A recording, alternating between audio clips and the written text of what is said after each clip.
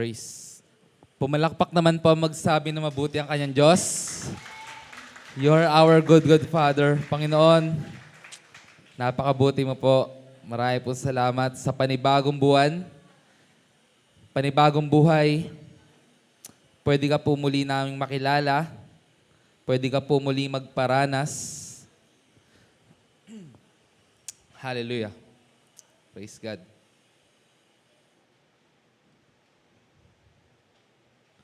Salamat sa Panginoon po sa napakagandang umaga.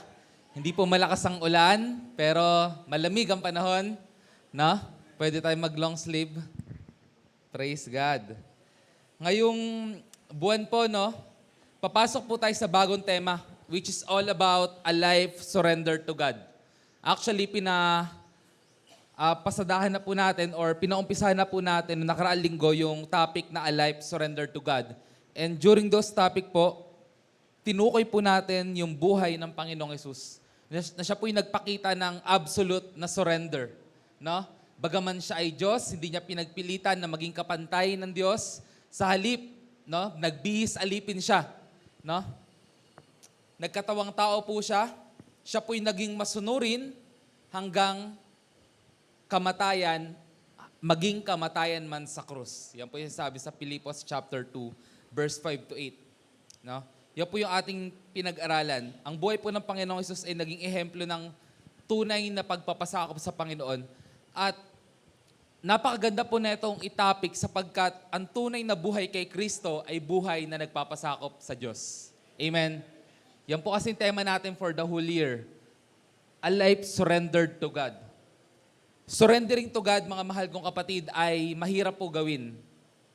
Mahirap po yung gawin, sa totoo lang. I mentioned last week po, last month, yung patungkol sa waiver of rights. Sino nakapirma ng mga waiver of rights? Marami po yan. Pagka pupunta sa ospital, pupunta sa field trip, kung ano man, may mga papapirmahan. No, na ibig sabihin, yung karapatan mo, sinusuko mo na. Bawat isang Kristiyano, kailangan isuko po nila yung karapatan nila sa Panginoon. At sa biyaya po ng Diyos, ngayon pong umaga, pag-aaralan po natin, ito pong isang tao na yung buhay niya, isinuko na niya sa Panginoon. Ano po ba yung itsura ng isang buhay na sumusuko sa Panginoon? A life surrendered to God. Samahan niyo po ako, mga mahal ko kapatid. Tayo po tumayo at makibukas sa aklat ng Genesis, chapter 37.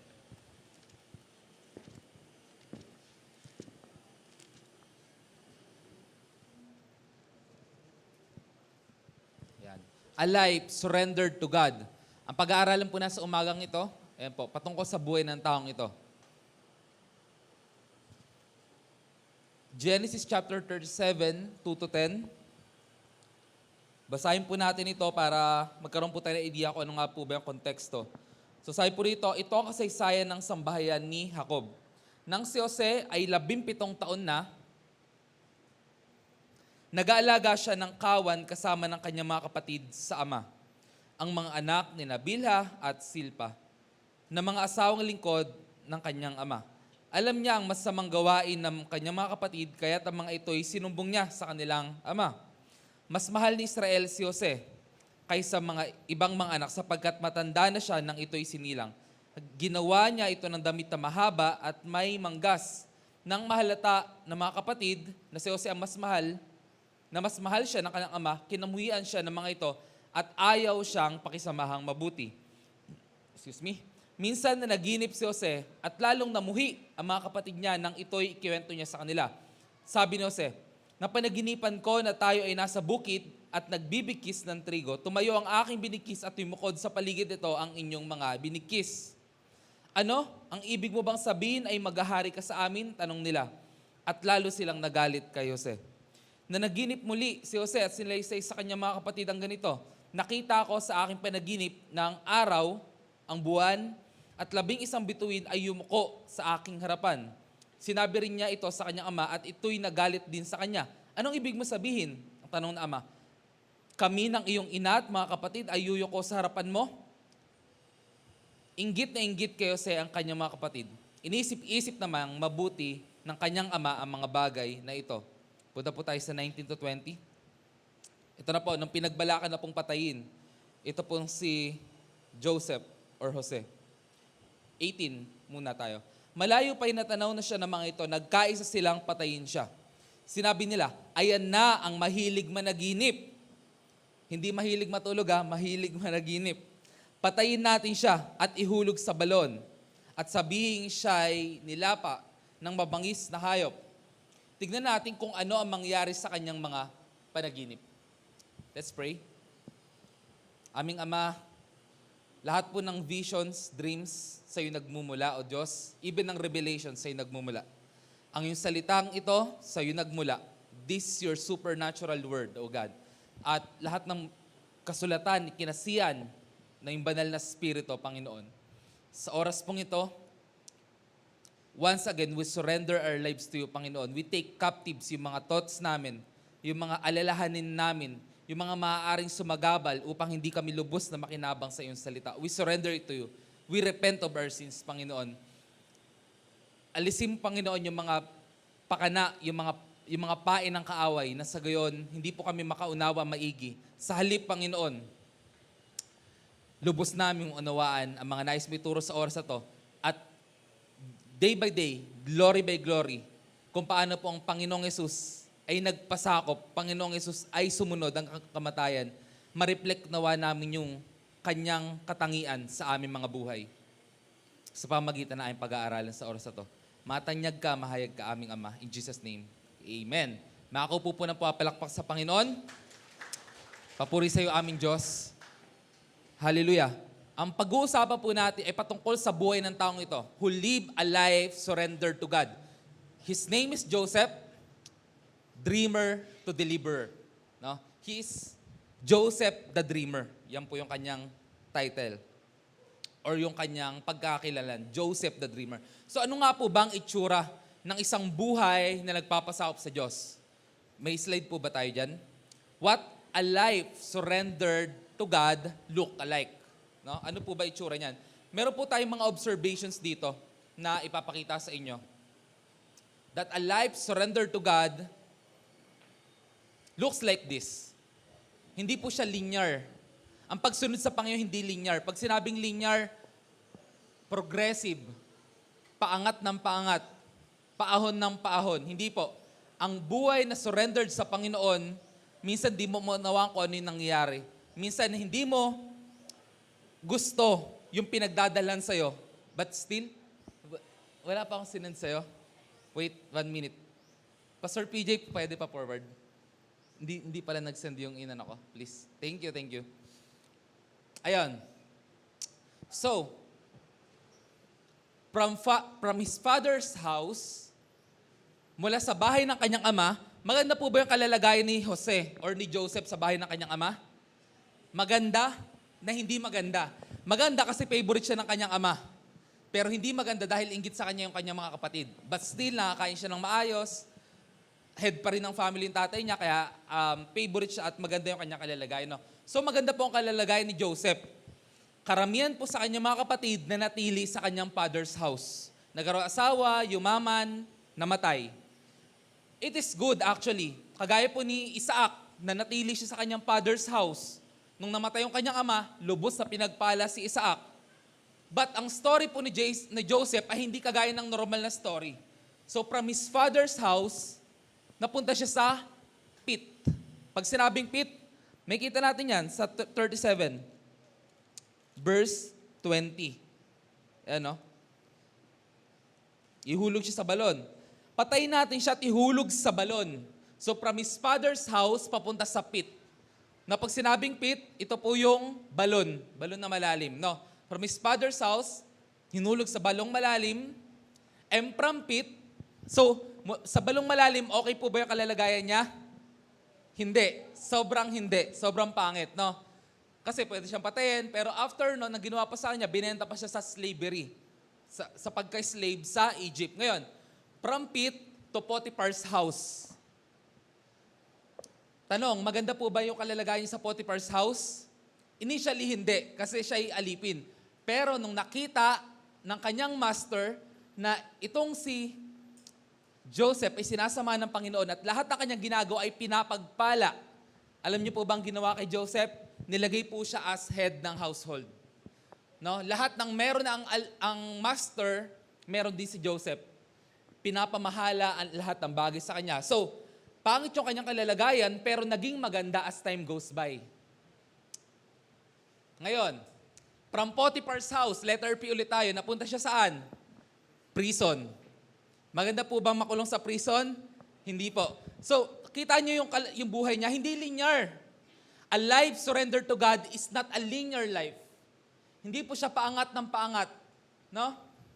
It is a life na may ups and may downs. From up, napunta siya sa balon, na-promote sa bilang head leader ng household, next to the patriarch or yung father dun sa household or next kay Potiphar. After nun, hinulog siya sa prison. Ito pong prison na kinalalagyan niya is prison ng mga kaaway ng hari. Hindi po ito basta-bastang kulungan ng mga normal na tao. So, hindi po maganda yung kanyang kalalagayan. No? Nasa prison siya kahit wala siyang kasalanan. But na-promote ulit siya, pero matagal po siya nakulong. At minimum 2 years po siyang nakulong at least. It should be more than 2 years. Then from prison to palace. And alam nyo ba mga mahal ko kasama, kahit nasa palace na siya, meron pa rin siya mga challenges, may mga pagsubok pa rin siya. For example, nung dumating yung kanyang mga kapatid, and etc., and etc. So a life surrendered to God is not a linear life. But sometimes we expect na pag sumunod ako sa Panginoon, lahat ng bagay magiging okay na. Pag sumunod ako sa Panginoon, lahat ng bagay ayon na sa kagustuhan ko. Mga mahal ko kapatid, meron po akong cliche or meron po akong balita sa inyo. Hindi po ganon. No? So tignan po natin kung ano po yung itsura ng isang buhay na nagpapasakop sa Panginoon. Ready na po ba tayo? Amen. Okay. So umpisahan po natin. Balikan po natin ang storya po nito ni Joseph. So first, God confirms His covenant and calling. Ulitin ko, God confirms His covenant and calling. Pag tinatawag po tayo ng Panginoon, kino-confirm niya yan. Ibig sabihin, alam niya yung kanyang ginagawa. Pag tinatawag po tayo ng Panginoon, sure siya sa pagkatawag niya sa'yo. Kasi kino-confirm niya. Maalala po natin kay Abraham, kung ilang beses binanggit ng Panginoon na pagpapalain kita, pararamihin ko ang lahi mo, ilang beses niya yan binanggit. Minimum 3 times, at least 3 times. No, yung ika-4, yun na yung kasama si Isaac. Paulit-ulit niyang binabagit yung kanyang covenant, yung kanyang pangako. And the same is also true para po kay Joseph. No? Pag si Lord po, nagko-confirm ng covenant, pinapakita niya yan through a vision. No? Pinapakita niya yan through a vision. Pag sinabing vision po, ito yung para kang nananaginip kahit gising ka. Kasi may nakikita ka kahit gising ka. No? Kunyari, nakita mo tong taong to, may kita mo tong bagay na to, o kaya nakita mo tong lugar na to, may nakita kang isang sitwasyon. Yun po ibig sabihin ng vision. No, na kahit gising ka, para kang nananaginip, may pinapakita sa iyo ang Panginoon. Through dreams, which is ito na nga yung pinagawa or pinaranas ng Panginoon kay Joseph. Ano po yung pinakita rito ng Panginoon? Sa Genesis chapter 37, 2 to 10. Well, nabanggit na po kanina to. Na nanaginip siya na ito. Minsan nanaginip si Jose at lalong namuhi ang kanyang kapatid nang ito'y kwento sa kanya. 37 verse 5. Ito yung sabi ni Jose sa verse 6. Napanaginipan ko na tayo ay nasa bukid at nagbibikis ng trigo. Tumayo ang aking binikis at yumukod sa paligid nito ang inyong mga binikis. Pinapakita rito that He will be Lord over sa kanyang mga kapatid. And na-amaze din ako rito sapagkat sa verse 8, ano ang sabi mo, ang ibig mo bang sabihin ay maghahari ka sa amin? Tanong nila. Nakita ko rito na si Joseph, hindi lang pala siya yung marunong mag-interpret ng dreams. Pati yung mga kapatid niya. Marunong din, pero hindi siya for a thing na, hindi nila tinuturing na mula sa Diyos yung prophecy. Sa halip, nagagalit sila, ginawa nilang object yon para kamuyan palalo si Joseph. So, it is via dreams, via a prophet. So halimbawa kay David, no? Dumating si Prophet Samuel at inanoint siya. Ikaw ay hari ng Israel. Pero nung panahon na yung bata pa siya, hindi pa siya naging hari, nagantay pa siya at least 10 years bago po siya naging totoong hari. No? So by a prophet and by a word of God. Kaya bago po tayo tumugon sa panawagan ng Panginoon, sabihin natin, Lord, i-confirm mo po yung calling mo sa akin. Lord, i-confirm mo po yung calling mo sa akin. Kasi po, mahirap po sumunod sa Panginoon nang hindi ka sure sa calling mo. Amen po ba? That's also true for Joseph. Kaya nga po yung kanyang story ay nag-umpisa sa confirmation ng calling. Kung mag-uumpisa ang storya, kailangan mag-umpisa siya sa maging sure ka. Kung maaari, maging sure ka. Ma-share ko lang din po sa inyo, nung ako po ay nagpastor po, tinawag po ang pastor sa lugar na to, may confirmation po sa akin si Lord. By a dream and by sa mga tao na nakapaligid sa akin at sa mga mentor na pastor din. Kasi mga mahal ko kasama, mahirap. Sobrang hirap. As in, sobrang hirap. It is an impossible life kung hindi po tayo tinawag ng Panginoon patungkol sa bagay na ito. No, kaya pag kami mga ganung bagay, Lord, confirm mo nga. Even yung mapapangasawa nyo, may confirmation din yun. Pero wag nyo sasabihin sa sa babae, baka sabihin nyo, witchcraft yun, di ba? May panaginip. May panaginip po, mga mahal ko kasama. Alam po ng iba yun kung paano po yung sa amin ni Michelle. No? Hindi pa ako nag-umpisang sa kanya, manligaw. Of course, hindi pa kami. Pero may confirmation na si Lord kung ano ba yung part ko sa buhay ni Michelle. And I just found out then, yung biyanan ko is may vision din regarding that. Nasaan ba si Mama? Mama Lea, na CR. May vision din regarding that. Hindi siya dreams, ako dreams, sa kanya vision. Ma-share ko lang. No? Okay. So God's gifts and these callings are irrevocable. Yung pagkatawag niya sa Israel, hindi porket pasaway ang mga Israelita, wala na silang kinabukasan para sa Panginoon. Pasaway sila ngayon. Pero darating yung time na ititindig muli sila ng Diyos. So ang Panginoon na hindi siya nagbabago sa kanyang mga kaloob at mga pagkatawag. Amen. Amen. Amen. Amen. Amen. Amos 3 verse 7, surely the sovereign Lord does nothing without revealing His plan to His servants, the prophets. So si Lord, hindi siya nagre-reveal ng mga bagay or nagpapagawa ng mga bagay na hindi niya muna sinasabi. So sinasabi niya po muna yan. Sinasabi niya po muna. Through prophets, through vision, through dreams. And God confirmed yung covenant niya kay Joseph through a vision. Ikalawa po, persecution begins with proximity. Persecution begins with proximity. Matatandaan po natin dito na kung sino pa yung makikita po natin dito na kung sino pa yung mga kapatid ni Joseph, sila pa yung galit na galit sa kanya. Sila pa yung hindi makasuporta sa kanya. Sino rito nakapag-start na ng negosyo? Kung sino pa yung kamag-anak mo, sila pa yung, ay, ang mahal naman. Ay, hindi na maepektibo yan. Ay, nag-i-scam yan, etc., etc. Di ba? Hindi po makasuporta yung mga taong malalapit sa atin. And that's normal. That's something na pwede mo nang expect. Isipin nila, pagka bumili sa'yo, suporta, baka sobrang yayaman. Sobrang yayaman na at maybe ituturing ka ng mas maliit, etc., etc. Matatandaan po rin natin na ang Panginoong Isus mismo hindi tinanggap sa Nazaret. No? Because no prophet is accepted in his hometown. Kung tayo po ay susunod sa Panginoon, lalakaran natin yung calling natin, magpapakita tayo ng life, ng buhay na sumusuko sa Panginoon, life surrendered to God, expect na natin na yung malalapit sa atin, sila pa yung mag-iumpisa ng persecution. Sabi nga rito sa verse 19, here comes the dreamer. Pag sinabi pong dreamer, di ba parang ang ganda pakinggan? Isang bata na bright, isang bata na mataas ang pangarap. Pero alam niyo po ba mga mahal ko kasama, yung pagkabanggit po nito ng dreamer, especially sa Hebrew original word, ibig sabihin po nito, Lord of Dreams or Maker of Dreams. Kaya pala, nung sinabi pala nung mga kapatid ni Joseph dito na nandirito na yung taong mahilig managinip, as if ang turing niya sa mga panaginip ni Joseph ay kathang-isip lamang. O kaya sa mga panaginip niya, siya yung nasusunod.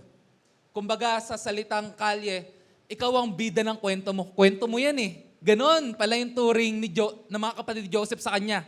Panaginip mo yan eh, edi ikaw ang bida. Nandiyan na yung taong mahilig managinip na siya lagi yung main character. Ganon. So, mga mahal ko kasama, it is not a praise. It is sarcasm. Kaya nung sinabi po rito ng mga kapatid ni Joseph na nandiyan yung taong mahilig managinip, inaasar niya. As if pinapahiya nila. No? So, makikita natin dito na yung persecution po nag-uumpisa sa mga tao na pinaka malalapit sa atin.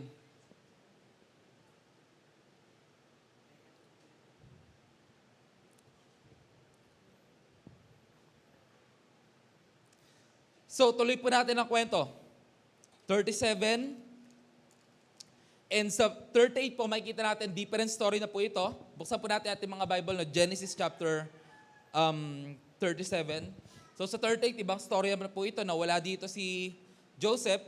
Then, bumalik na po siya sa chapter 39. Sa chapter 39 po, makikita po natin dito that the Lord was with Joseph. Dinala nga si Jose sa Ehipto at doon ay pinagbili siya ng mga Ismailita kay Potiphar, isang Ehipsyo na pinuno sa pamahalaan ng Paraon or Pharaoh at kapitan ng mga tanod sa palasyo. So si Potiphar po pala hindi basta-basta, kapitan po siya ng mga guard. Hindi po siya basta-basta. Okay? Sa buong panahon ng paglilingkod ni Jose sa bahay ni Potiphar ay pinatnubayan siya ni Yahweh.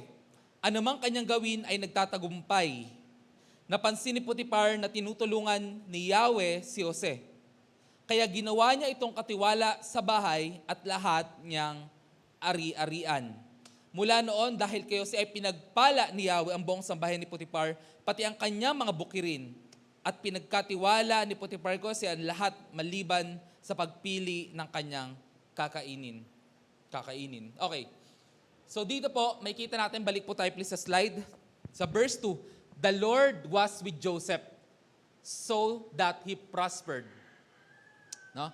Verse 3, when his master saw that the Lord was with him and the Lord gave him success in everything he did, Joseph found favor in his eyes and became his attendant.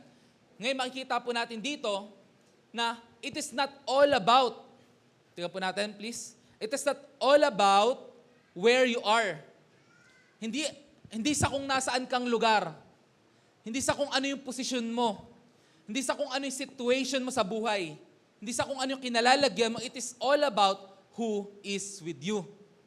Amen. Nasa Egypt po nito si Joseph. At sa Egypt po, wala naman po dyan yung mga kamag-anak niya. Wala po siya dyan kilala. Even yung language dyan, hindi niya alam. Pero makikita po natin dito, hindi nagmamatter kung ano yung sitwasyon mo, kung nasaan lugar ka, ano yung posisyon mo, alipin ka ba, o sunod-sunuran ka lamang, o pinagbenta ka sa lugar na hindi naman talaga ikaw tagaron. It is all about kung sino ba yung kasama mo. And for Joseph, the Lord is with Joseph. Amen. Yung pala yung mahalaga, kung sino ba yung kasama mo. Nasaan bahagi ka man ng buhay mo, nasa waiting phase ka ba? No? Nasa suffering phase ka ba? Nasa striving phase ka ba? Nasa lugar ka ba ngayon na hindi mo gustong nandyan ka? Hindi po mahalaga yung sitwasyon kung nasan ka if your life is submitted to God. It is all about kung sino yung kasama mo. No? Because if God is with you, the Lord will give you success. It is the Lord who gives success. Mga mahal ko kasama. Siya po yung nagbibigay ng pagpapala. No? Tingnan po natin yung, balik po tayo sa unang slide please.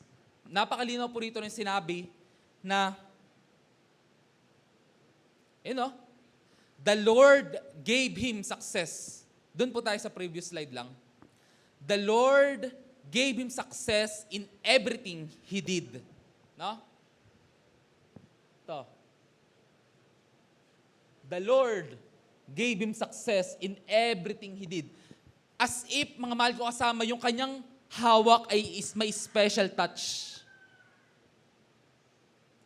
No? May ganun ba kayong katrabaho? Nakakita ba kayo ng ganun na lahat ng ginagawa niya nagtatagumpay? As if meron siyang special touch, may special formula siya. No? May kakaiba siyang favor sa mga tao. May kakaiba siyang favor sa kanya. May kakaibang result yung kanya mga ginagawa. Mga mahal ko kasama, it is maybe because the Lord is with him. The Lord is with him. At ito po yung something po na kailangan kakitaan po sa ating mga Kristiyano. No? Mga lingkod na Diyos. Na hindi po dapat natin pinapahiya kung sino yung tunay nating master sa trabaho na ginagawa natin. Whether estudyante ka, whether nagtatrabaho ka, whether may negosyo ka, huwag mong ipahiya ang iyong master. No? The Lord will give you success in everything that you do because the Lord is with you. Amen. If God is with you, others will know it too. Malinaw po ito. Clear na clear po ito na si Joseph po ay nakakitaan na nasa kanya si Yahweh or sinasamahan siya ni Yahweh. Ito po yung naging hayag po sa kanyang master na si Potiphar. Dahil dito, pinagkatiwalaan siya. No? If God is with you, others will know it too. Sabi po sa Mateo chapter 5 verse 16, let your light shine before men so that they will praise your Father. No? Hayaan po natin na magliwanag yung ilaw po na nasa ating mga buhay. Na sa gayon luwalhatiin po nila ang ating Ama. No? If God is with you, others will know it too. Kaya mga mahal ko kasama, yung ilaw po na tinanggap natin, yung buhay na walang hanggan tinanggap natin, wag po natin nilalagay sa ilalim ng lamesa.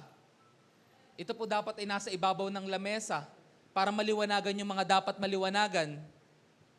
No?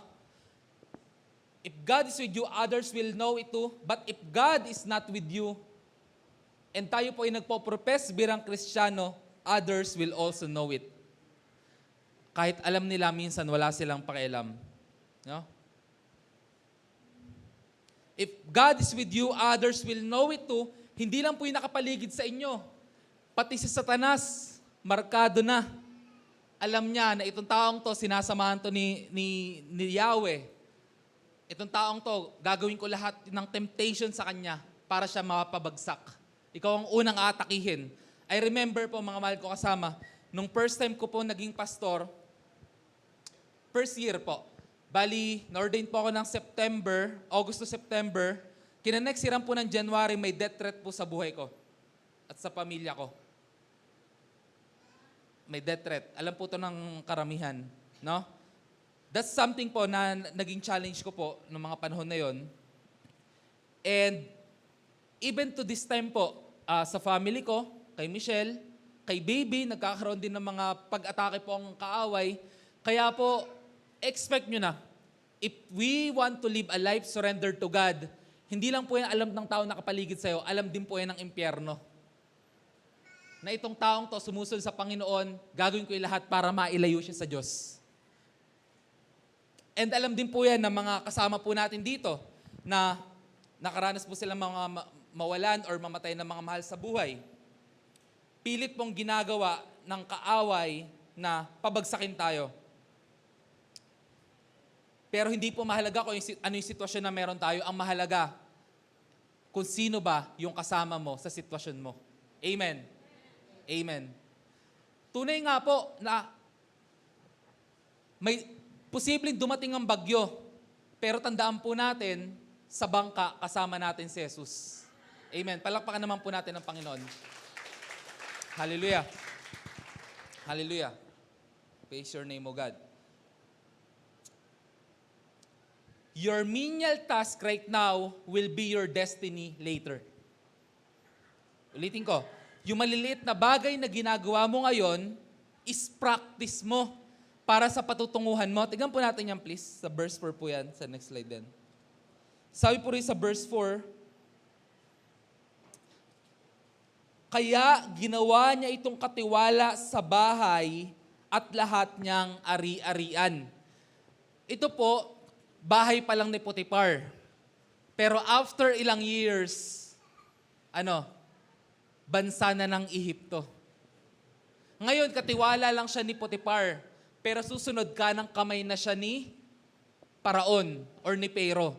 Yung ginagawa po natin ngayon ng mga maliliit na bagay is practice para sa ating tunay na calling. Kung ano po yung ginagawa natin ngayon, huwag po natin maliitin yan.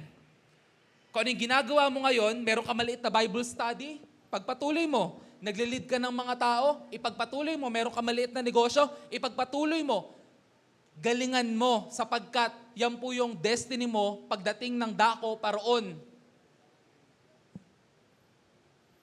Yung mga tinuturuan po nating bata, yung mga nag-a-assist po sa mga estudyante, ngayon nag-a-assist lang sila pero susunod sila na yung magtuturo. Yung mga yan, yung mga nagtuturong yan, next sila na yung mga magiging leader, magiging youth pastor, magiging pastor.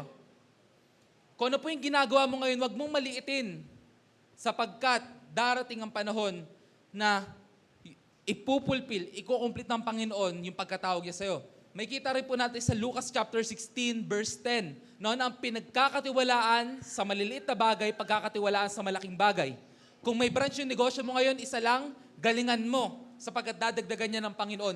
Kung pinagkatiwalaan ka ng boss mo patungkol sa bagay na ito, galingan mo, mag-take ownership ka sapagkat pagkakatiwalaan ka pa ng Panginoon ng mas malaking bagay. Amen. Sapagkat kitang-kita po sa buhay ni Joseph na yung surrendered life, alam niya sa buhay niya, sa sarili niya na, I am not an owner, katiwala lang ako. Ulitin ko, ang surrendered life ay nagsasabi na, hindi ako may-ari ng bahay na to, katiwala lang ako. Karamihan po sa atin pinagkatiwalaan ng Panginoon ng maraming bagay. Skills, talents, kayamanan, negosyo, ari-arian. Pero ang turing natin, sarili natin, tayo may-ari. Mga mahal ko kasama, tayo ay katiwala lamang. Ang tunay na may-ari ay ang Panginoon. Ulitin ko, tayo ay katiwala lamang. Ang tunay na may-ari ay ang Panginoon. Lahat ng bagay sa Kanya nagmula. Siya nagmamay-ari lahat ng bagay. Magkaroon po tayo ng mindset na kagaya ng kay Joseph na katiwala lang ako. Gagawin ko na lahat ng bagay para hindi ako mapahiya sa master ko. Yung puso ni Joseph, sobrang humble and sobrang punong-puno ng pasasalamat. Tignan po natin dito. Nasa verse chapter 39 pa rin po tayo. Ito. Nung inaakit po ng asawa ni Potiphar si Joseph, na sumiping sa kanya, sabi ni Joseph sa verse 8, tumanggi si Jose at sabi, panatag po ang kalooban ng aking Panginoon sapagkat ako'y narito. Ginawa niya akong katiwala. Grabe yung heart niya. Sobra siyang mapagkakatiwalaan, sobra siyang may kababaang loob, at sobra siyang merong pusong nagpapasalamat sa kanyang master. Sabi, panatag po aking Panginoon sapagkat ako'y narito. Ginawa niya akong katiwala at pinamahala niya sa akin ang lahat sa bahay na ito maliban sa inyo na kanyang asawa. Hindi ko po magagawa ang ganyan kalaking kataksilan at pagkakasala sa Diyos. Mga mahal ko kasama, uulitin ko po. Magkaroon po tayo ng mindset, ng puso na kagaya ng kay Joseph, na lahat ng meron siya ay pinapagpasalamat niya sa kanyang master at sa kanyang Diyos. Hindi niya tinuturing na siya yung may-ari ng bahay. Siya ay katiwala lamang ng bahay. Maraming bagay sa buhay natin, kala natin tayo may-ari. Hindi po ba natin alam maging yung buhay natin, hindi rin sa atin nagmula? Or maging yung buhay natin, hindi rin tayo may-ari? Itong katawan na to, kaya lang to gumagalaw dahil may spirito. Kaya lang to nakakaramdam pag kinurot dahil may kaluluwa. Kaya lang to nakakaintindi, nakakapag-response dahil meron tong kaluluwa. Ngayon pag tinanggalan mo to ng kaluluwa at yung spirito nito bumalik sa Diyos, wala na tong katawan na to. Sabi nga ni Pastor, hindi na yan makakaramdam. Kasi yung nakakaramdam dyan, yung may emosyon, yung kaluluwa mo. Yun po ang katotohanan. No? So, even ang ating buhay ay mula lamang sa Panginoon. Kaya alam na alam ni Joseph na he wants to live a life surrendered to God. Kahit saan siya dalhin. I remember po nung nagbakasyon po kami, anniversary po namin ng aking misis. Nagbakasyon po kami niyan, tapos may napuntahan po kami slide. Yung slide mataas na mahaba at mga paganyan-ganyan. So, ang nangyari po sa akin, dahil medyo may kabigatan ako, pagka-slide ko, as para akong, ano ba to? Anong tawag doon? Lalampas. Kasi yung buwelo ko po, mabigat, tapos biglang lalampas ako, gaganon ako. Ang ginawa po sa akin nung slide, pinaghahampas ako sa pader. Wala akong magawa. I am surrendered dun sa slide. Ganon din po ang buhay. Ganon din po ang isang buhay na nagpapasakop sa Panginoon. Saan ka man niya dalhin, saan ka man niya iharap. Kung may pagtitiwala ka sa Panginoon, alam mo na makakarating ka dun sa dulo. Amen po ba? Amen. So, tuloy po natin, temptation and trial will come. Keep your character when the time comes. Part of the success po is keeping up your character. No? And may isa pong quotes. I'm not sure kung sino po nagsabi. Maybe po si Billy Graham. Sabi niya, if I lose money, I lose nothing. If I lose my health, I lose something. But if I lose my character, I lose everything. Sabi niya. Pinapakita niya po rito na ang pinakamahalaga na meron ng isang tao, pinakamahalaga na meron isang Kristiyano is yung character niya. Yung kanyang virtues. Yung kanyang testimony. Yun po yung mahalaga. Sapagkat pag yan po, mga mahal ko kasama, ay nasira, hindi ka lang napahiya sa harap ng tao, napahiya ka na rin sa harap ng Diyos. Kaya expect po natin sa isang buhay na nagpapasakop sa Panginoon, darating po ang temptation. Ulitin ko, sa buhay na nagpapasakop sa Panginoon, darating ang temptation. Pag dumating yung temptation, huwag kang magpatukso. Sa mga bagong graduate po, mga fresh grad, baka may temptation na pumasok ka sa trabaho, may pasok pati linggo. Temptation yan, kapatid. May pasok pati linggo. That's Lord's Day. Yan po yung pahinga natin sa Panginoon. Pag dumating po yung offer na yan, temptation yan. Huwag kang magpatukso. Marami pang offer dyan. Hindi lang isa yung trabaho para sa'yo. Pagka namumuhay po tayo sa limited mindset, kung ano lang po yung tinatanggap mo para sa'yo, yun yung deserve mo. Pero pag alam mo that you deserve better, you deserve the will of God, ibibigay sa'yo ng Panginoon yung will of God. Kaya, pag may offer, wag ka agad mag-yes. No? So may mga temptation, maybe sa mga business partnership, may mga possible offer na mga temptation na mali pala. No? So those trials, those temptation will come, pero i-keep mo po yung character mo. Because that is the life surrendering to God. Amen.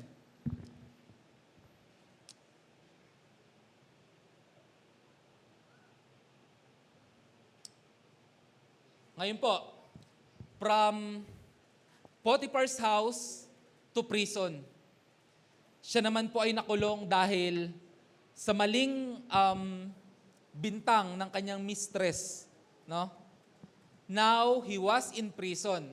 Mas mahirap na po ito kaysa sa bahay ng kapitan. Siya ngayon po ay nasa kulungan, still the Lord was with him. Ulitin ko. Nasa prison na siya, nasa mas mahirap na kalalagayan na siya. But it doesn't matter because the Lord was still with him.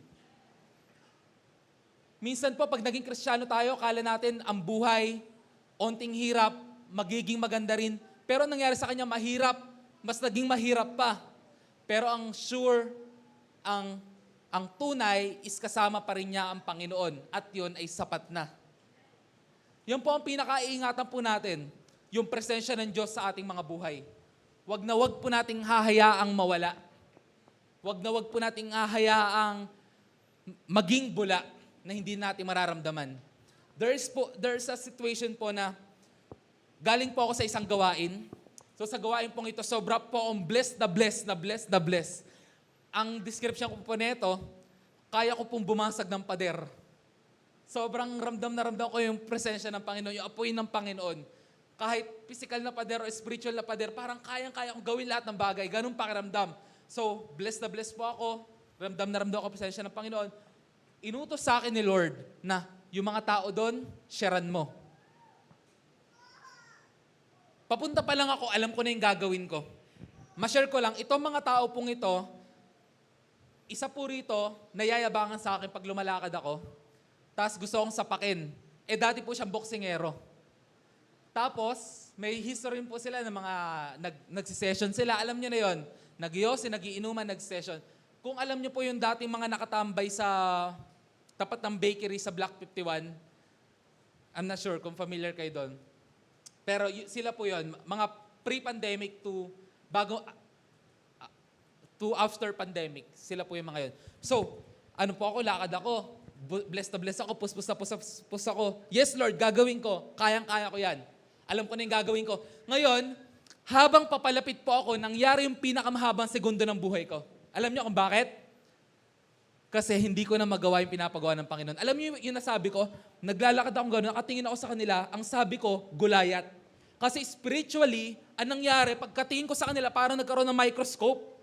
Yung microscope, anong nangyari, parang bigla sila lumaki. Na-distort sila, na sobrang laki. Sabi ko, Goliath, yun yung sabi ko. Goliath. Ngayon sabi ko kay Lord, Panginoon, ito na lang sharean ko. After few blocks, sa mga block 52, mga block 52 to 53, may mga tao rin doon na nasa madilim. Kung alam niyo bahay, tawag namin sa kanya si Kapitan. Bahay ni Kapitan doon, may mga paupahan. Doon may mga nakatambay din. Tropa ko yung mga yung kababata ko, kilala ko. Sabi ko, Lord, dito na lang ako mag-share. Kaya ko mag-share. Pero alam niyo sabi ni Lord, saan mo gusto? Sa madali at hindi kita sasamahan? O sa mahirap pero kasama kita? Napos po ako, napatahimik po ako. Sabi ko, Lord, doon po ako sa mahirap, basta kasama kita. So, ang ginawa ko po, hindi po ako nakapag-share ng araw na yun. Inaral ko po yung book po ng Jonah and yung story po ni Goliath for 21 days. Sa ika-21st day po, nasharan ko po sila. Mga mahal ko kasama, kung may iingatan tayo sa buhay natin, pinakaingatan natin yung presensya ng Diyos. Wag na wag mawawala. Yung connection natin sa Diyos, wag na wag mawawala. Actually, hindi naman yun nawawala. Humihina lang. Amen. Humihina na po yan, para na po nagiging patsi-patsi yung signal, na humihina yung connection, dahil hindi po natin napapractice. Hindi po natin tayo lagi nakakapag-load. No? Mahina yung signal. Nandiyan yung signal, pero wala kang load maybe. So, yun po ingatan natin, because a life surrendered to God is a life filled with the presence of God. Amen. Sapagkat kung nag-surrender ka sa Panginoon tas hindi ka puspos ng kanyang presensya, sobrang hirap po. Kasi ibabanda ka niyan sa lahat ng pader. Iwawasiwas ka niyan sa lahat ng pader. Tas di mo kasama ang Panginoon, wala kang assurance. No? Sobrang hirap. Kaya po yung nag-iisang assurance natin, yung kasama natin ang Panginoon. He was in prison, still the Lord was with him. Kahit maybe na matanggal tayo sa trabaho, tinanggal sa trabaho, o kaya may nangyaring bagay na ayaw mo mangyari, o kaya yung bagay na gusto mo mangyari, hindi pa rin nangyayari ngayon, ang tanong mo sa sarili mo, hindi yung kailan kaya mangyayari to? Kailan kaya ako makakalampas sa pagsubok na to? Ang tanong mo sa sarili mo dapat, mahal kong kapatid, kasama ko ba ang Diyos? Kasi kung kasama mo ang Diyos, sa huling panahon, magiging ayos din ang lahat. Kung kasama natin ang Diyos. Because that's a life surrendered to God. It will all fall into place kung kasama natin ang presensya ng Panginoon. Keep honing your God-given gifts. Keep showing up. Marami po sa atin tumanggap po ng mga kaloob ng Panginoon. Ang hamon po sa atin, yung mga tao po na surrender na kanilang buhay sa Panginoon, patuloy po nilang hino-hone, ginagamit, pinapaghusay yung kanilang gifts. Keep showing up. No? Hindi yung pag magpipreach lang sa kalang gagawa ng outline. Pag magtuturo lang, saka lang gagawa ng devotion. No? Pag magsasong leader lang, saka lang magpapakapuspos sa panalangin. Pag magsasong leader lang, saka lamang magpa-practice ng pag-awit. Or pag naka-line up lang, saka lang tutugtog. Huwag pong ganoon, mga mahal ko kasama. Because sa halimbawa po ni Joseph, hinown niya, pinaghusay niya yung kanyang God-given gifts hanggang sa magamit niya ito ulit. Tignan natin, Genesis 40 verse 8. Sabi po rito, ang Diyos, ito po yung meron pong panaginip yung dalawang lingkod ni Paraon, which is yung isa is baker, yung isa naman tagasalin ng wine, no? Sabi rito,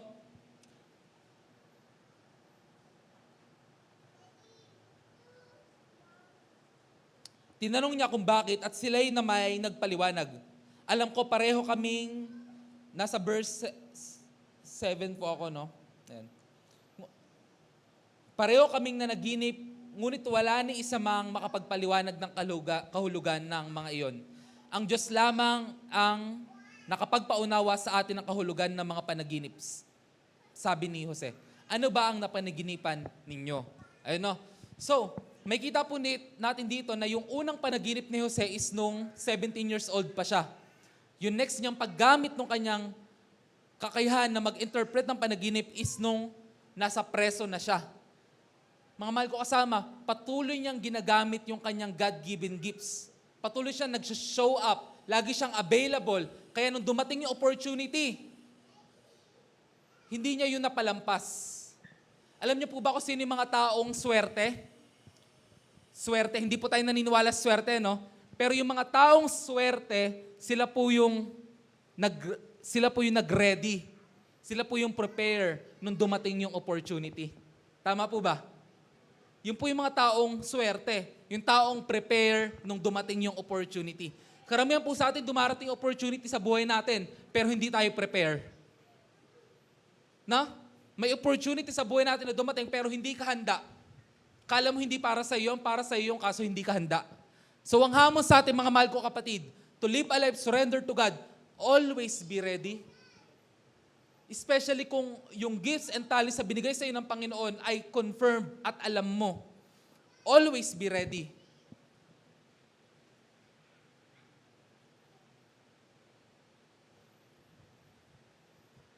Amen. At dahil po dyan, ano po yung naging result ng pagiging ready po ni Joseph?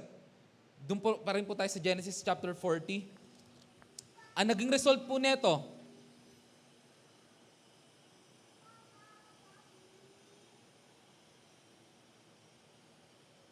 verse 20, chapter 40, verse 20. Ang ikatlong araw ay kaarawan ng Paraon at naghanda siya ng salo-salo para sa kanyang mga kagawad. Iniharap niya sa kanyang mga panauhin ang tagapangisiwa ng mga inumin at ang punong panadero. So nakalaya nga sila after 3 days. Nangyari yung prophecy. Ibinalik niya sa tungkulin ang tagapangasiwa ng mga inumin. Ngunit ipinabitay ang punong panadero. Ito yung emphasis. Natupad nga ang sinabi ni Jose sa dalawa. Ngunit siya'y nakalimutan ng tagapangasiwa ng mga inumin. So because always siya nag-show up, always siyang ready na pakinabangan yung kanyang kaloob sa most important time na kailangan yon. Amen po ba? Amen. Kaya po believe po ako sa mga nagpa-practice ng mga first aid, no, yung mga first response. Believe po ako diyan kasi kung hindi mo magamit, salamat sa Diyos. Kung magamit mo, ready ka. Tama? Always hone your skills and gifts. Ngayon, for our last main point, from pit to prison, from prison to palace. Ganito po ang itsura ng isang life surrendered to God. The Lord or God is the one who gives promotion sa tao na nagpapasakop sa Kanya. Si Lord po yung nagbibigay ng pagpapala. Kasi kung yung pagpapala galing lang sa boss ko, wag na lang. Kung yung pagpapala galing lang sa client ko, wag na lang. Pero kung pagpapala galing sa Panginoon, sino mang tao ang kanyang ginamit, salamat Lord. No? We want good success, not just success. We want God-given promotion. Hindi lang basta-basta ang promotion. Ayaw natin ang pinilit na promotion. No, ang gusto natin, God-given promotion. Yun po ang gusto natin. Kaya po, ito pong promotion na to, binibigay ito ng Diyos sa mga taong nagpapasakop sa Kanya. Hindi po ito madali. Kasi marami munang bagay na itinuturo sa iyo ang Panginoon bago niya ito iparanas sa iyo. At para kay Joseph, bumilang ng ilan, at least 13 years. Bago po siya makarating sa from pit to Potiphar's house, to prison, papunta sa palace. Binilang po ng at least 13 na taon. 13 years.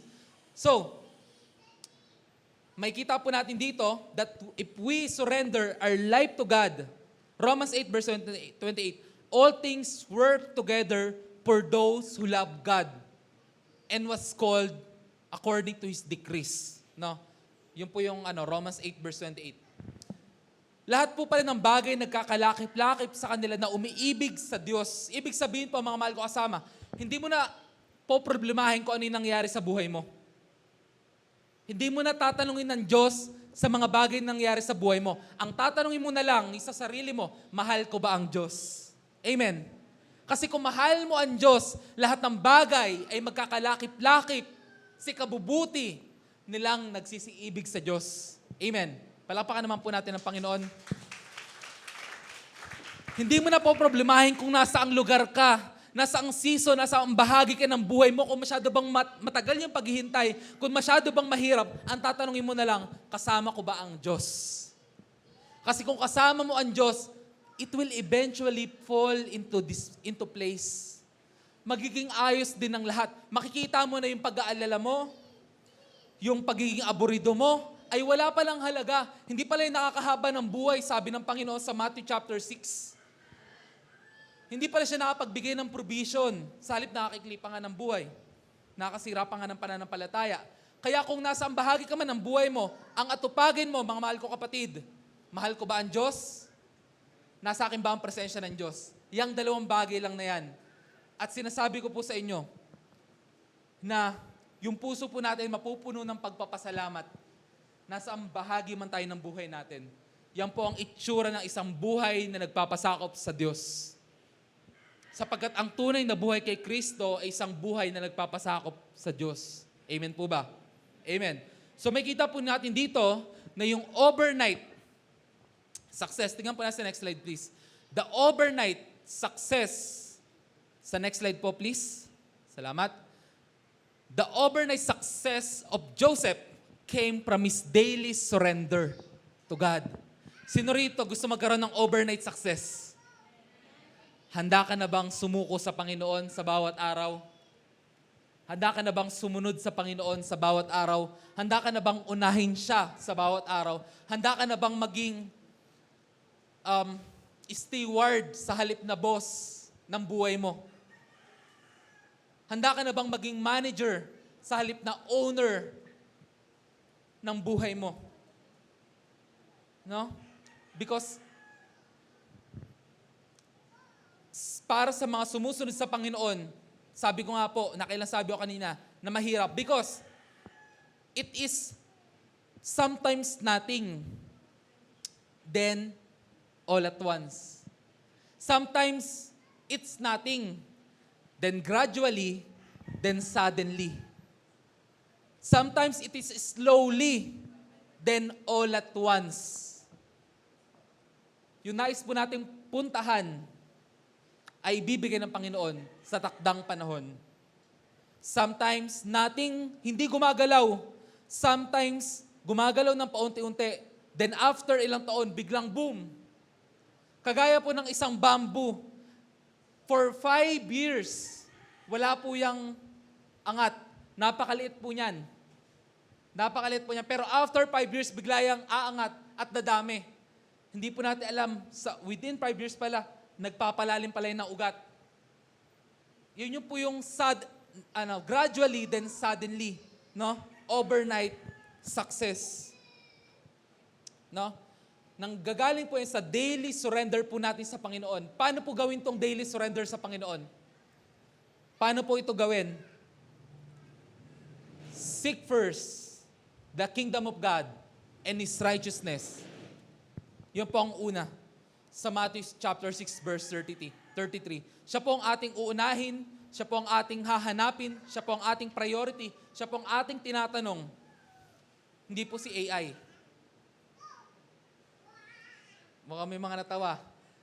Parang yung mga nanay, kadalasan ginagamit Meta AI. Nakikita ko lang sa comment section.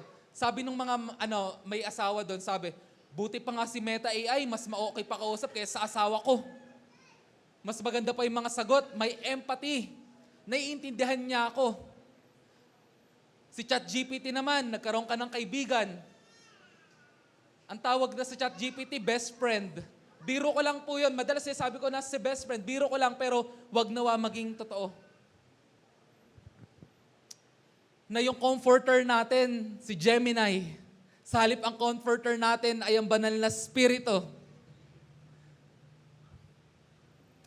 Yung kinukuhaan natin ng kaligayahan ay si Meta AI. Sa halip na ang banal na spirito, sa halip na si Kristo. Ang una natin pinagtatanungan ay ang AI. Sa halip, ang banal na spirito, sa halip tayo mag-pray. Wow. Mukhang malalim na tayo sa sitwasyon na to, no?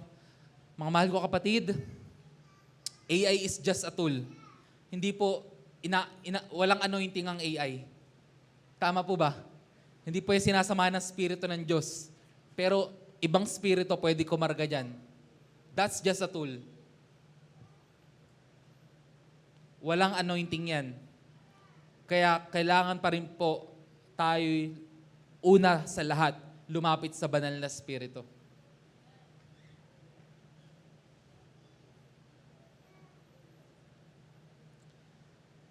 Finally po, gusto ko po sa inyong i-share yung katapusan ng kwento.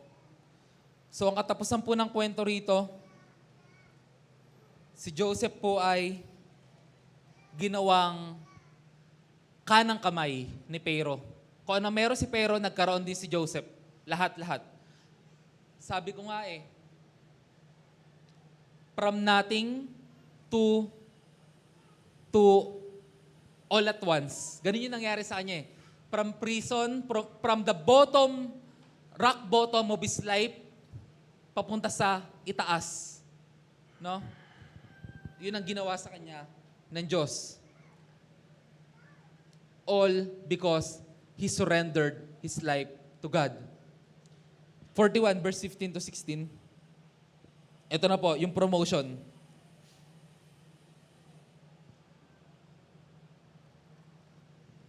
Tama ba? 15 to 16. God gives promotion.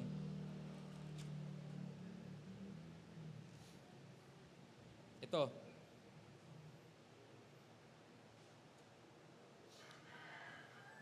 Sinabi ng Paraon sa kanya, ako'y nanaginip, ngunit walang makapagsabi sa akin ng kahulugan niyon. Nabalitaan kong mahusay kang magpaliwanag ng mga panaginip. Sa verse 16, may kita natin na sobrang humble ni Jose. Hindi po ako ang makapagpaliwanag kamahalan, sabi ni Jose. Ang Diyos po ang siyang magbibigay ng katugunan sa inyong katanungan. Okay. So, pinaliwanag din niya yung panaginip. And fast forward po tayo. Ito. Verse 37, chapter 41 pa rin. Nagustuhan ni Paraon at ng kanyang mga kagawad ang panukalan ni Jose. Sinabi nila, bakit pa tayo maghahanap ng iba samantalang nasa kanyang spirito ng Diyos? Alam po na nakapaligid sa atin kung nasa atin po ang spirito ng Diyos. Kaya sinabi ng Paraon kay Jose, ang Diyos ang nagpakita sa inyo na lahat ng ito, kaya't wala nang higit pa sa iyo sa karunungan at pangunawa. Ikaw ang pamamahalain ko sa buong bansa at susundin ka ng lahat. Ang aking trono lamang ang hindi mapapasa iyo. At ngayon, inilalagay kitang gobernador ng buong Ehipto. Inalis si Paraon sa kanyang daliri ang singsing na pandatak at sinuot iyon kay Jose. Binihisan niya ito ng damit na lino at sinabitan ng gintong kwintas sa leeg. At pinagamit kay Jose ang pangalawang sakayan ng hari at binigyan siya ng tanod, pandangal, na nauna sa kanya at sumisigaw, lumuhod kayo. Sa gayon, ipinailalim sa kanya ang pamahala sa buong Ehipto. God gives promotion to the surrendered person. Kung pinilit po niya yung promotion, alam niyo kung nasan sana si Jose? Ulitin ko. Kung pinilit niya yung promotion, kung pinilit niya yung sitwasyon na gusto niyang magkaroon, alam niyo kung nasan sana si Jose? Si Jose sana ay nasa bahay ni Potiphar, kaluguyo ng asawa ni Potiphar. Okay, kumakain siya ng masarap, assistant pa rin siya ng master, pero nasa bahay lang siya ni Potiphar at kaluguyo siya ng asawa ni Potiphar. Pero dahil nagpasakop siya sa Panginoon, sumunod siya sa Panginoon, kahit mahirap yung kanyang paghihintay, kahit mahirap yung kanyang dinaranas, si Lord yung nag-promote sa kanya. Ngayon, siya ay nasa palasyo ng hari. Pwede po ba tayo tumayo? Hallelujah. Jesus came from being a dreamer to deliverer because He surrendered His life to God. Tingnan po natin yung naging summary ng kanyang life sa Genesis chapter 45, 5 to 8. All because He surrendered His life to God. From being a dreamer, na ang turing ay lait or sarcasm, naging deliverer because siya po yung naging tagapagligtas. Hindi lang po ng bayang ni Jacob, hindi lang po ng Ehipto, pero ng buong mundo. Agree ba kayo doon? Kasi sobrang severe po ng famine nun sa buong mundo. At pupunta po ang mga tao sa iba't ibang panig ng mundo sa Ehipto para makabili ng trigo. So Genesis 45, 5 to 8, huwag ninyo ikalungkot ang nangyari sa akin. Ito po yung heart ng isang taong surrendered ang kanyang buhay sa Panginoon. Huwag ninyong sisihin ang inyong sarili sa ginawa niyo sa akin. Ang Diyos ang nagpadala sa akin dito upang iligtas ang maraming buhay. 2 taon pa lamang ng taggutom. 5 taon pa ang darating at walang aanihin sa mga bukirin. Pinauna ako rito ng Diyos upang huwag malipol ang ating lahi. Naging deliverer po siya. Naging tagapagligtas po siya. Kaya hindi kayo, kundi ang Diyos ang nagpadala sa akin dito. Ginawa niya akong tagapayo ni Paraon, tagapangasiwa ng kanyang sabahayan, at tagapamahala ng buong Ehipto. Naunawaan niya yung big picture ng Panginoon. Naunawaan niya yung gustong gawin ng Diyos. Karamihan po sa ating mga Kristiyano, nearsighted. Ang gusto ko yung ngayon na. Gusto ko ngayon na ito na yung mangyayari. Pero ang plano pala ng Panginoon, kailangan mo maging farsighted para makita mo yung whole puzzle. Kasi ang puzzle na meron ka lang sa kamay mo, yung isang piraso lang. Pero ang meron ng Panginoon sa'yo, yung buong malaking picture. Iwanan ko po mga salitang ito sa Jeremiah 20 verse 11. Nalalaman ko ang plano ko para sa inyo. Plano, hindi para sa inyo ikapapahamak, pero bigyan kayo ng pag-asa at kinabukasan sa hinaharap. Napakabuti po ng plano ng Diyos sa mga nagmamahal sa Kanya. At most especially sa mga tao na isinuko ang buhay sa kanila. Maaari po ba tayong pumikit? Kung paano, Panginoon, si Joseph ay nagpakita ng buhay na lubos ang pagsuko sa iyo, yun din po ang aming nais. Patawad, Panginoon, kung ang gusto naming agenda patungkol sa aming sarili lagi. Na focus kami sa sarili namin, nahihirapan ako, pinagkakaisahan ako, ginawan ako ng masama,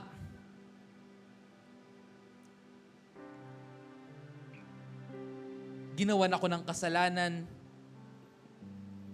pinapahirapan ako, ang tagal ng answered prayer, ang tagal ng aking paghihintay, paulit-ulit na lang. Lord, sorry po kung ang aming nagiging focus ay ang aming sariling buhay. Panginoon, gusto na po naming muli isuko sa iyo ang buhay na ito. Ikaw po ang bahala, Lord. Sapagkat ikaw rin naman po may-ari ng buhay namin, Panginoon. we declare once again that Jesus Christ is our Lord. We declare once again, and let it be heard in heaven, let it be heard on earth, and let it be heard under the earth, that Jesus Christ is our Lord. Jesus Christ Lord over my life. Jesus Christ Lord over my family. Jesus Christ Lord over my finances. Jesus Christ Lord over my health. Jesus Christ Lord over my relationships. Jesus Christ Lord over my career. Jesus Christ Lord over my business. Jesus Christ Lord over my family. Jesus Christ Lord. Jesus Christ Lord. Jesus Christ Lord over JCOD. Jesus Christ is Lord over your church. He is the head. He is the Lord. He is the Master. He is the Savior. So, hallelujah. Hallelujah, hallelujah, hallelujah. We declare once again, Panginoon, lahat ng tanikala, lahat ng sumpa ay aming pinapawalang bisa sa pangalan ng aming Panginoong Yesus.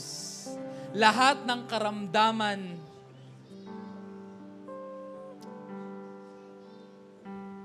lahat ng sama ng loob, lahat ng grievances, lahat ng mga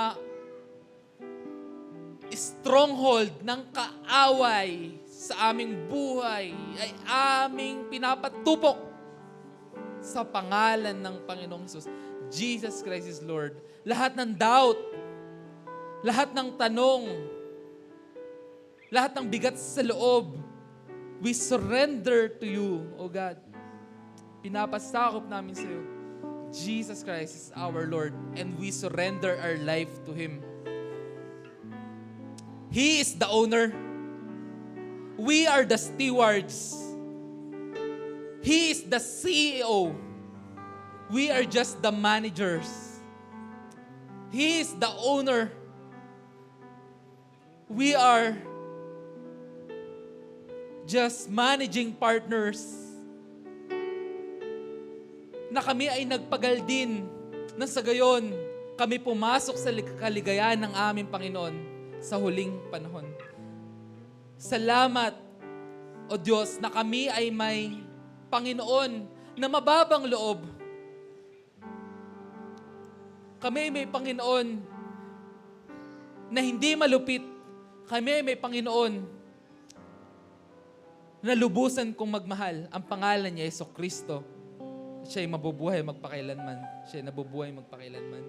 Aming Ama, purihin na yung banal pangalan.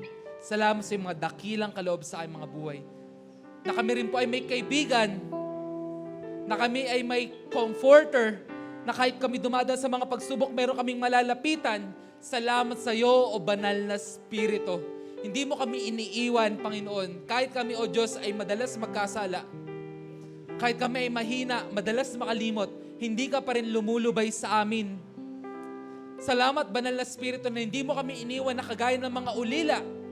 Ikaw po ay nasa amin, kasama ka po namin, Panginoon. Ikaw ay aming malalapitan, aming Panginoon. Salamat po.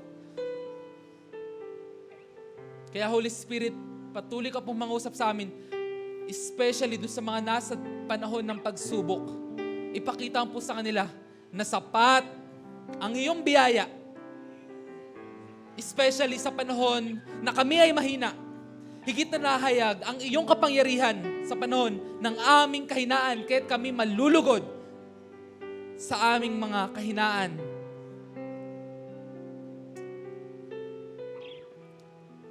Nawa ma-unfold, O God, yung fullness of your perfect plan in our life. Nawa mahayag na, Panginoon, yung fullness of your perfect plan sa iglesyang ito. We thank you. We glorify thy magnificent name forever and ever. In Jesus' name, amen. Thank you, Lord. Thank you, Lord. Thank you, Lord. Hallelujah. Makakupo po sa presensya ng Panginoon.